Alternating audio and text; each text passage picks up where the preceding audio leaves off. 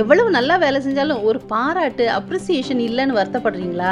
மற்றவங்களை விட நான் ப்ரொடக்டிவான ஸ்டாஃப், ஆனால் ஒரு இன்க்ரிமெண்ட்டு, ஒரு கிஃப்ட் வவுச்சர் எதுவும் இல்லை அப்படின்னு புலம்புறீங்களா?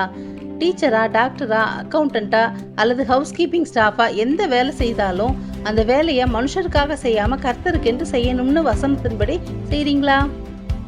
ஆமாம், அப்படி நினச்சி தான் நல்லா செய்கிறேன், அதனால தான் பலனை எதிர்பார்க்குறேன் அப்படின்னு சொல்லிட்டீங்கன்னா உங்களுக்கான பதில் வேதத்தில் இருக்குது. லூக்கா 17:10.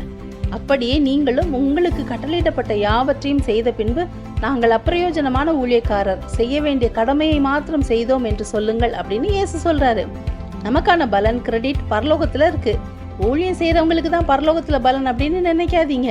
ஒர்க் பிளேஸ்ல எந்த வேலை செய்தாலும், வீட்டுல குடும்பத்துல வேலையை செய்தாலும் அதை முழு மனசோட கடவுளுக்கு செய்வதாக நினைச்சு செய்யுங்க. பலன் கர்த்தரால வரும். இம்மையில் கிடைக்கலாம், கிடைக்காமலும் இருக்கலாம், ஆனா மறுமையில் பலன் நிச்சயம் உண்டு.